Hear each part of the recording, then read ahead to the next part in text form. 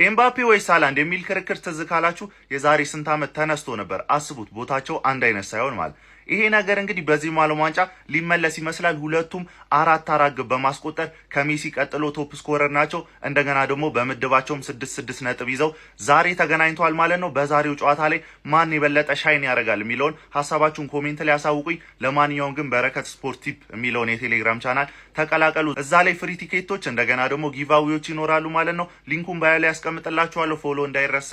ዛሬ እንግዲህ በጣም የሳተ ጨዋታ አለ ማለት ነው። ኤምባፔ ከኤርሊንግ ሃላንድ ገብቷቸዋል አይደለም ማለት ነው። ለመጀመሪያ ጊዜ ነው ኤርሊንግ ሃላንድ ማለት ነው እንደዚህ ትንሽ የሆነ የተመታ ሳይድ ይዞ የሚገጥመው ኤምባፔን ከዶርትሞንድ ጊዜ በኋላ ማለት ነው። ዶርትሞንድና ፒኤስጂ ያሉ እንግዲህ ዶርትሞንድ የዛኔ ትንሽ ደከም የሚለው ዶርትሞንድ ነው። ፒኤስጂ ደግሞ በጣም ፒስ ናቸው። ኔይማር፣ ኤምባፔ ምናምን ካቫኒ ምናምን በጣም የሳተው ፒኤስጂ ጋራ ነበር የተጫወቱት ማለት ነው። ሃላንድ 2 ጎል እንዳገባ ታስታውሳላችሁ። የዛኔ ዊከር ሳይድ ይዞ ማለት ነው። አሁን ደግሞ የበለጠው ዊከር ሳይድ ነው ያዘው ማለት ነው። ከጎኑ ኦዴጋርድ ብቻ ነው ያለለት። ገብቷቸዋል አይደለም? ደና ስም ያለው ተጫዋች ልጠሩ የምትችሉት ኦዴጋርድ ነው። ከዛ ኑሳ ምናምን ናቸው ያሉት ማለት ነው።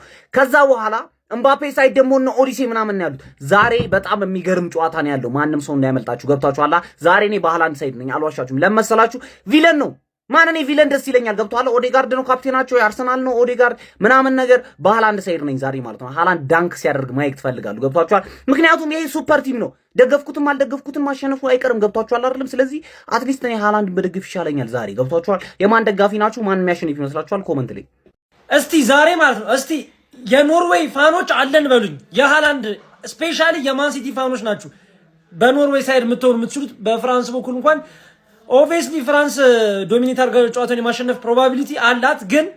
ግን የሚፈጠረው እግር ኳስ ነው። እዚህ ጋር የሚፈጠረው አይታወቅም። እኛ እዚህ ጋር ለኖርዌይ ነው የምንቋጥረው። ኖርዌይ እንድታሸንፋት ሃላንድ አስቆጥሮ እንድታሸንፍ ነው። ደግሞ ኦብቪየስሊ ካሸነፉ እሱ ሳያስቆጥር አያሸንፉ እና የማን ናችሁ ማወቅ እፈልጋለሁ። እስቲ ኮሜንት ላይ ሁለቱን የዓለማችን ምርጥ አጥቂዎችን የሚያገናኘው የዛሬው የፈረንሳይና የኖርዌው ጨዋታ በብዙዎች ዘንድ በጣም ተጠባቂ ሆኗል ማለት ነው። ዛሬ ኪሊያን ምባፔ ወይንስ ደግሞ ኤርሊንግ ብሮት ሃላንድ የትኛው ነው ምርጡ አጥቂ የሚለውን ዛሬ እንመለከትበታለን እያሉ ይገኛሉ ማለት ነው። በሌላ በኩል ደግሞ ሁለተኛ ሆኖ ላለማለፍና አንደኛ ሆኖ ከምድብ ለመጨረስ የሚደረግ ከባድ ጦርነት ነው ማለት ነው። ሁለቱም 6 ነጥብ አግኝተዋል። ሁለቱንም ጨዋታ አሸንፈዋል።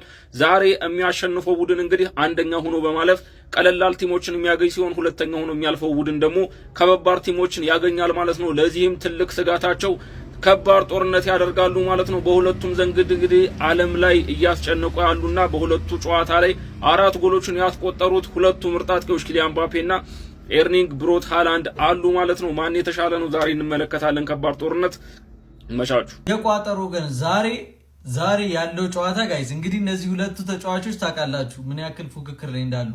2 ጨዋታዎች አድርጓል ወርልድ ካፕ ከተጀመረ ሁለቱም 2 ጎል ይዟል። የዛሬው እንግዲህ የትኛው ይበልጣል ከሁለቱ የሚለውን የምናይበት ይመስለኛል። ፍራንስ ከኖርዌይ እንግዲህ ዛሬ በ4 ሰዓት ነው 5 ሰዓት ላይ ጨዋታ ያረጋሉ ማለት ነው። እንግዲህ እነዚህ ቲሞች ሁለቱም አንዲፊቴብል ሆነዋል እና ብዙ ጎሎችን እያገቡ ነው እየወጡ ያሉትና ዛሬ የጎል ጨዋታ እንደምናይ በእርግጠኝነት እናገራለሁ። የዛሬ እንግዲህ የኖርዌይ ደጋፊ ሆኜ ነው የምቀርበው። ኮዝ ፍራንስ ዋንጫውን እንዲበላ አልፈልግም። ፍራንስ በዚህ አገሳገስ ከሄደ ደግሞ ይበላል። ኦፍ ኮርስ አልፏል ባይዘው ሁለቱም ግን አይ ዶንት ኖ ኖርዌይን ሃላንድ ስላለ ደግፋታለሁና በጣም ደስ ይላሉ የኖርዌይ ደጋፊዎችም ተጫዋቾችም ምናምን በቃ የኖርዌይ ሞራል በጣም ደስ ስለሚል ኖርዌይን ደግፋለን ማለት ነው። እስቲ እናንተ ደግሞ የትኛውን ተጫዋች ትደግፋላችሁ? ዛሬ ኮሜንት ላይ አስቀምጡልኝ። ይሄን ቪዲዮ ኮፒ ሊንክ ሪፖስት ማድረጋችሁ እንዳረሱ እና ያልነገርኳችሁ ነገር ዛሬ አሁንም ቢሆን ቻሌንጁ ቴሌግራም ላይ የጀመረው ቻሌንጅ አላለቀም። ብዙ ሰዎችን ማሳተፍ እንችላለን። አሁንም ቢሆን ለብዙ ሰዎች የማሊያ መግዣ ብር እየሸለምኩኝ ነው። ስለዚህ ሊንክ ባዮ ላይ አለላችሁ። ነባ ሲቲ ከ1800 በላይ ተከታይ ያለውን ቴሌግራም ጆይን አድርጉና ሁላችሁም ቻሌንጁን ሞክሩት ማለት ነው። ቻሌንጁን ፒን አድርጌላችኋለሁ ቴሌግራም ቻናሌ ላይ። አደራ ብዙ ፌክ ስላለ እንዳትታለሉ እና ይና ኮንፎሎ ማድረጋችሁ እንዳረሱ። ግምታችሁን አስቀምጡልኝ። ይመቻችሁ። በዓለም ዋንጫ የምድብ የመጨረሻ ጨዋታ ዛሬ ኖርዌይ እና ፈረንሳይ ይጫወታሉ። በደንብ ኮፒ ሊንክ እና ሪፖስት በማድረግ ጀምሩት። ለቻናሉ አዲስ የሆናችሁ ደግሞ ፎሎ በማድረግ ቤተሰብ ሁኑ። በምድብ 9 የሚገኙት አስቀድመው ሁለቱም ወደ ቀጣይ ዙር ማለፋቸውን ያረጋገጡት ኖርዌይ እና ፈረንሳይ ዛሬ በቦስተን ጨዋታቸውን ያከናውናሉ። ሁለቱም ቡድኖች ተመሳሳይ 6 ነጥብ ይዘው አንደኛ ሆነው ምድቡን ለማለፍ ነው ዛሬ ጨዋታቸውን የሚያከናውኑት። ሁለቱም እንግዲህ ኢራቅንና ሴኔጋልን ማሸነፋቸውን ተከትሎ ወደ ቀጣይ ዙር አስቀድመው አልፈዋል። በእርስ በርስ ግንኙነት ዛሬ ለ16ኛ ጊዜ ነው የሚገናኙት በሁሉም ውድድሮች። ነገር ግን በዓለም ዋንጫ ሲገናኙ በታሪክ ለመጀመሪያ ጊዜ ነው ዛሬ። ፈረንሳይ በኪሊያን ምባፔ እንዲሁም ደግሞ ኖርዌይ ደግሞ በኤርሊንግ ሃላንድ መሪነት ጨዋታቸውን ያከናውናሉ። በእርግጥ በዛሬው ጨዋታ ላይ የፈረንሳይ ብሔራዊ ቡድን አሰልጣኝ የሆኑት ዲዲየር ዴሾ እናታቸው በቅርቡ ከሰሞኑ እንግዲህ እንደሰማችሁት ሕይወታቸው ስላለፉ እርሳቸው የዛሬውን ጨዋታ አይመሩም። አሰልጣኙ አይኖሩም። ምክትል አሰልጣኙ ጨዋታውን ይመሩታል ማለት ነው።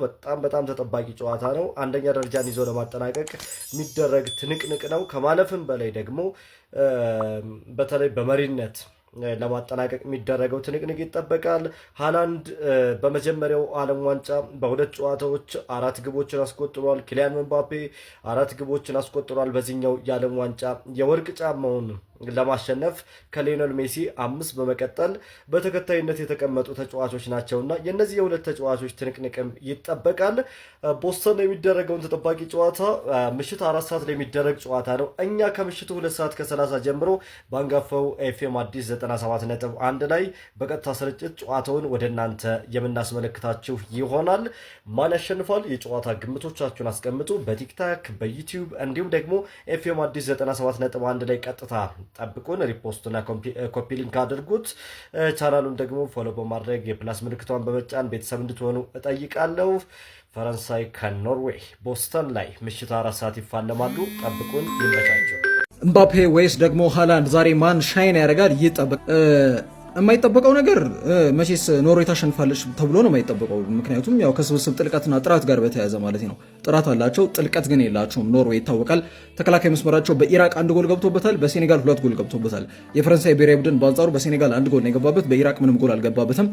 ከዛ በተጨማሪ ደግሞ ያው የፊት መስመራቸው ነው ልዩነት የሚፈጥረው። አይ ነው ሃላንድ አለ፣ ግን እዛም ሳይድ ደግሞ ያለው ነገር የምታውቁት ጉዳይ ነው። ከባድ ሚዛን ነው እዛ ያለው። ምን ይፈጠራል የሚሉት ርዕሰ ጉዳዮች ይጠብቃሉ። በነገራችን ላይ በዛሬው ጨዋታ ላይ ማለት ነው የሚሸነፈው ቡድን ከኮት ዲቮር ጋር ነው የሚገናኘው ከቀጣይ ማክሰኞ ማለት ነው።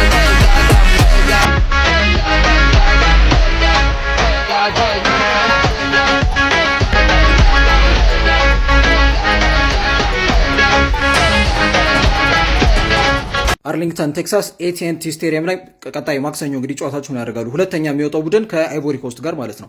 ይህ በእንዲህ እንዳለ አንደኛ መውጣት የመሰለ ነገር የለም።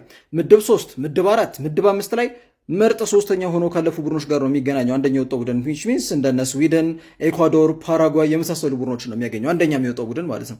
ስለዚህ ያንን መሰረት ያደረገ ጨዋታ ነው። ኪሊያን ምባፔ 4 ጎሎች አሉት። የሊዮኔል ሜሲን የ18 ጎል የዓለም ዋንጫ ሪካርድ ቼዝ እያደረገ ይገኛል።